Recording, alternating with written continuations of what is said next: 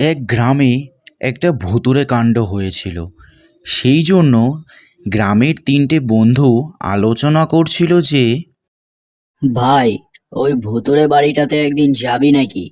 চল, একদিন গিয়ে ঘুরেই আসি। ব্যাপারটা কি জানতে তো হবেই। অনেক দিন তো হলো।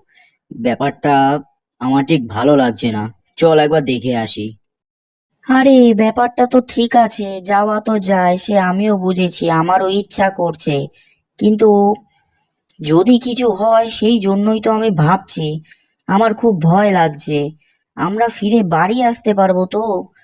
যদি সেরকম হয় তাহলে যাস না, ছেড়ে দে। আরে না, সেরকম কিছু হবে না। আমি আছি, চল দেখেই আসি ব্যাপারটা কি হয়েছে। যাক, চল যাওয়া যাক। তিন বন্ধু মিলে তারা আলোচনা করে সেই ভুতুড়ে বাড়ির দিকে রওনা দিল। সেই ভুতুড়ে বাড়িটা ছিল একটা গভীর জঙ্গলের ভেতরে। সেখানে ঢুকতে না ঢুকতেই একটা গম গম শব্দ শুরু হয়। তারা প্রচণ্ড ভয় পায় এবং বলে, ভাই, আমরা কিন্তু ভূতের বাড়ির সামনে চলে এসেছি। আমাদের খুব সাবধানে থাকতে হবে।